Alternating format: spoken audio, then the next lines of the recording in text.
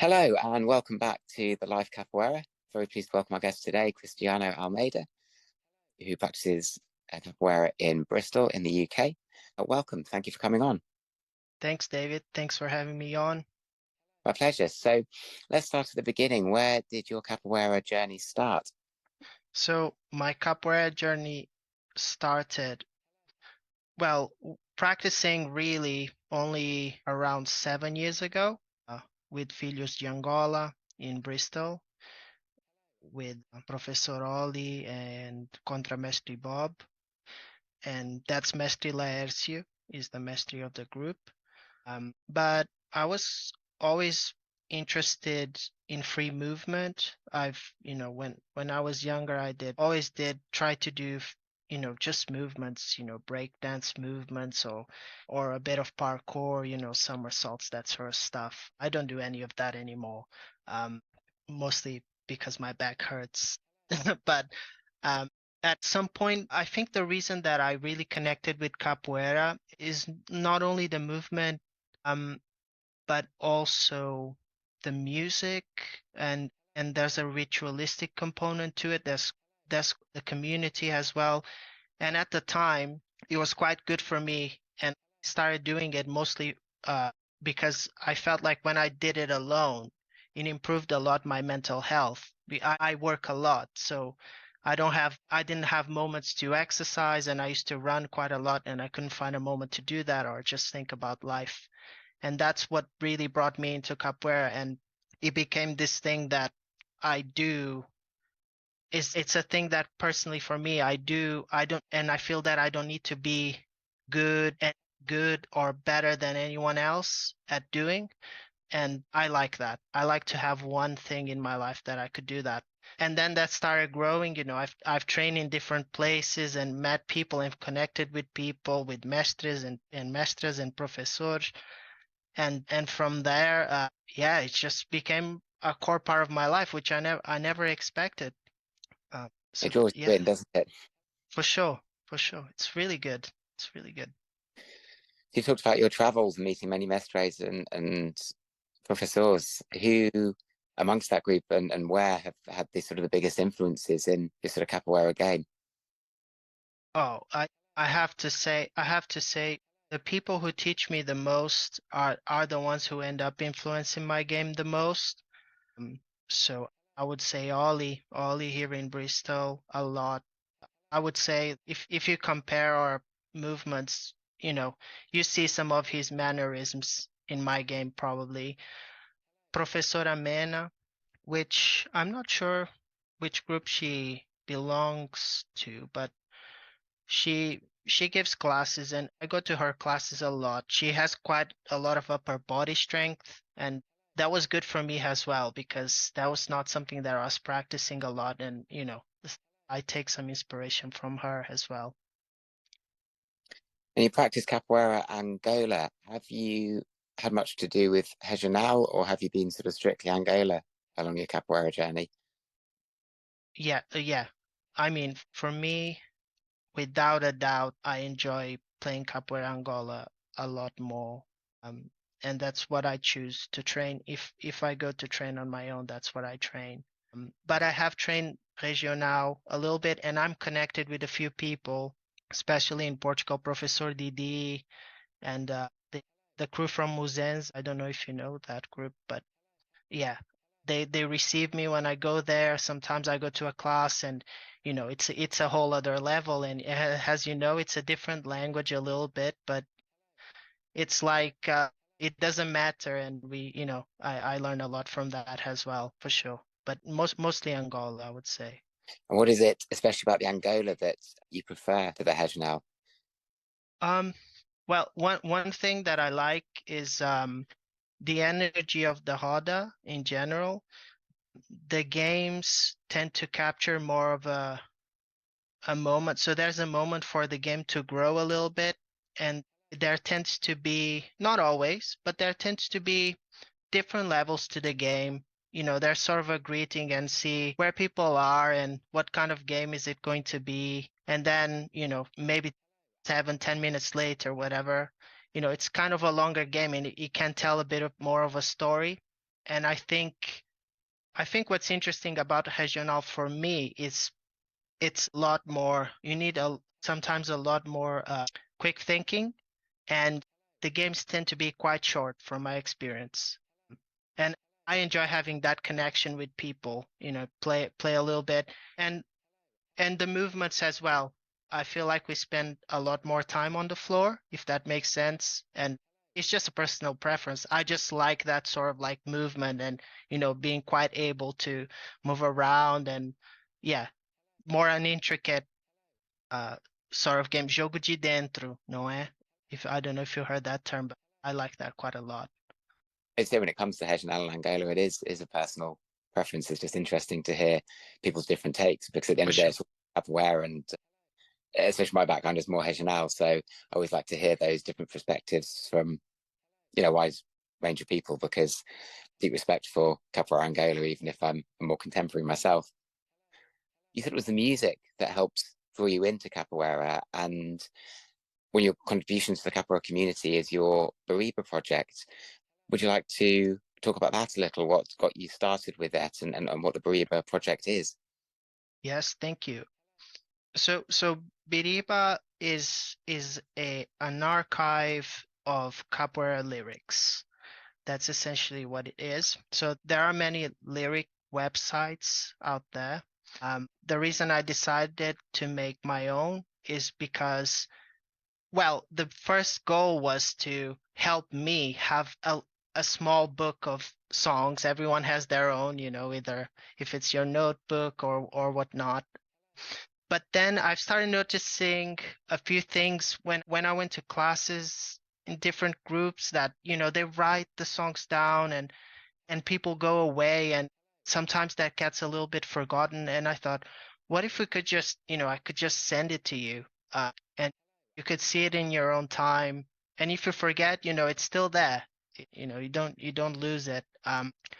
So then I started working on that, and so there's another component to beriba as well, which is it has a translation in English of the song.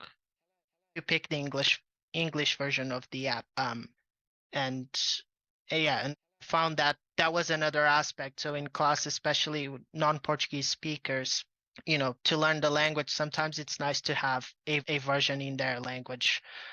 At the moment, I just have English, but hopefully, if I get more people to collaborate with in other languages, maybe we can extend that to other languages as well. But that's where it came from primarily. This idea of sharing songs, creating an open archive, students can access it. Maybe teachers can check a few songs before class. They don't know what they're gonna do. They pick a few, they bring it to class, that sort of thing. Yeah, it looks fantastic, and I'll be linking to it in the episode description. What goals have you got for the project, or is it very much now that it's out there that you're going to sort of take a more organic approach and just see where it leads? That's a good question. So when I've done other projects. I always see these sorts of projects with beriba, especially. I want to make sure it's useful, and if it's not useful, or if I feel like the community doesn't need it, I'll remove it. But if I find out that it's useful, then I'll just keep working on it. That's essentially the idea. But how do I find out if something is useful?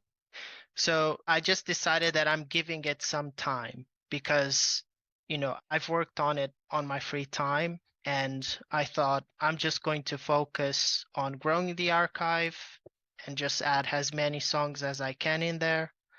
I've added loads myself, but there's someone who came along to help as well. Krish, she's added to know almost 80 songs to the archive in the past month, and I'm very grateful for that. But yeah, just increasing the archive, because just to see if that makes it more useful, if the quantity of songs makes it more useful. But I guess one important detail about the project is that I don't want to just kind of transpose the lyrics to it. We do have a process of doing that. We listen to the CD And sometimes when things are intelligible, which happens, not all recordings are clear.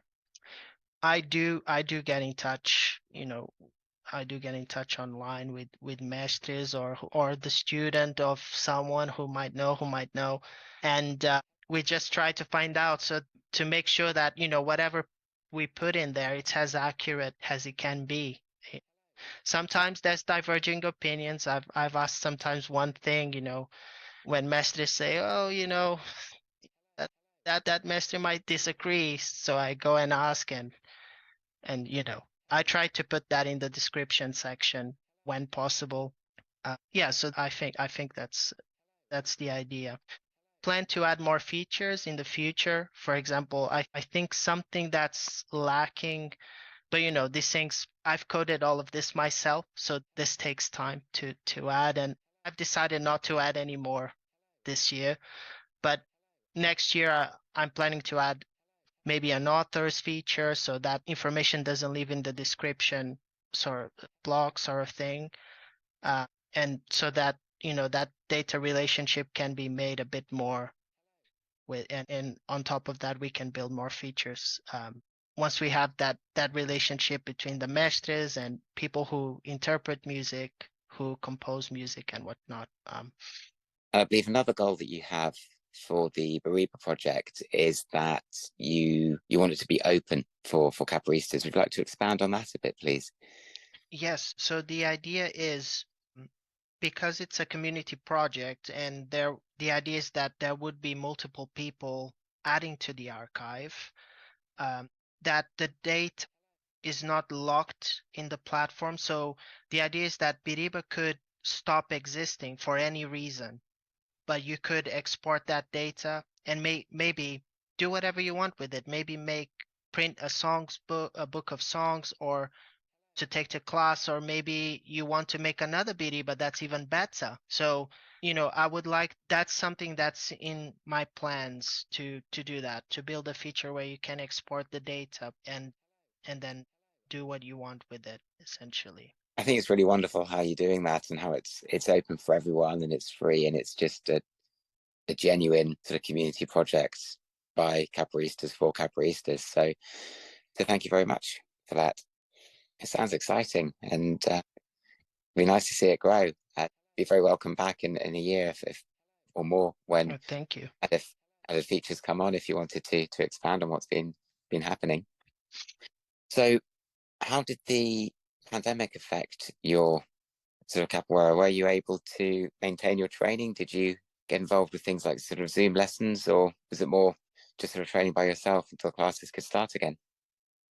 Yeah, personally trained quite a lot during COVID. I I trained by myself. I've trained by myself, um, and I remember at the time the capoeiristas joining Instagram, for example, increased quite a lot. So I started making lots of connections, and even if I didn't know them, sometimes they were sharing videos of sequences or things to do. Sometimes I used to take ideas out of that. Um, yeah, I do think, in a way, if anything, COVID was beneficial for me, because I started connecting with people even from Brazil, and starting having conversations about capoeira. Maybe that's why I think beriba can actually happen, because if I didn't have those conversations with people who actually know, or have access to older capoeira people, yeah, it would be very difficult to fact check some of this stuff, to put on the website. But yeah, I did continue training. How about you? Well, unfortunately for me, about a month into lockdown, I'm a science teacher by day, and being on my feet all the time is fine. But my body didn't take well to not moving, and I ended up with an inflamed bunch of connective tissue in my right hip. And then with lockdown and so on, I wasn't able to get adequate physiotherapy for that. And so the problem kind of escalated, in fact, for 3 years. So I've only Wow. recently just got myself back into sort of physical training. There were a few sort of stops and starts along the way, but I'm now consistently being able to practice again. Oh, But amazing. it's amazing what I've lost in those 3 years in terms of sort of flexibility and speed and things, which is not surprising, but it's it helps to have goals. And actually, what I've found very helpful is an app called Capoeira Daily, because my worry is if I just stuck to training myself, I would risk overextending or injuring myself. With the Yes, advantage of Capoeira Daily is it's a free app, and it's got the three exercises on there. And if I just religiously stick to exactly what that app is saying and don't add any flourishes or embellishments, then hopefully I can get back into training without injuring myself, which I'm very conscious of, especially sort of 41 now. Um, so I'm taking it slow, and I'd much rather have a slower journey back in than have another, 3 years without. absolutely. And in fact, it was the issue with the hip and lockdown that sort of prompted me to start this podcast was then sort of thinking, well, I'm especially my daughters as well. It's harder to go out to events these days, and so actually it's about sort of bringing capoeiristas to me and linking back to your experiences with just the online capoeira community. I think the pandemic, or sort of rather it hadn't happened, I think there are positives that have come out from it, and I think the online connections, I think certainly, at least from my perspective, have been one of those things that sort of starting to do more online content, lessons across things like Zoom and so on. And in fact, for my 40th birthday, I sort of organised a capoeira to get together. My hip was still an issue, so I didn't really do much training there, but it was nice to have an event. And we got my Mestre High in Belo Horizonte. We streamed a lesson from him, projected it onto the wall. And then what was really nice at the end is he got his students in a semicircle around the webcam. We got ours in a semicircle, and we actually had a sort of an intercontinental hodder Oh, that's so cool. where we were sort of both playing, both in Belo Horizonte and also in Chichester, UK, which was lovely. Um, so yeah, I think that those connections that we're all making is a positive that at least we can take from the otherwise horrific ordeal of a global pandemic. Yes, absolutely, absolutely. And yeah, so some of these people I even got to meet in person eventually because we go to the same event or something. But, otherwise maybe not. I think it made it more likely that we met because sometimes there's a lot of people in events. Yeah, I'm glad you're recovering though and back to training. How have you found returning to events since the pandemic? You've done a lot of traveling, obviously, you said before. Have you been able to get out and about again since, or have you largely been staying in Bristol? Um, recently recently I've trained the only other capoeira group I've trained with. I was going to train with another group that I've never trained before in Portugal, actually. Last time I wasn't able to because I just had too much work to do. But I did have a chance to train with a capoeira group in Bangkok, which is now I don't remember the name of the teacher, but he's American, but I think his family is originally from Vietnam, and he started teaching in Bangkok, and they are really good. Capoeira Angola, their musicality really good. Yeah, really good energy. Yeah, it was great. It was great to meet them, and it's great to see that you fly halfway around the world and they're still a house of Angola, and they they do they seem to study it pretty well. They know about Pastinha and you know yeah, very respectful, and it was wonderful. It was wonderful. That was the last group that's not the group that I typically train with that I've visited.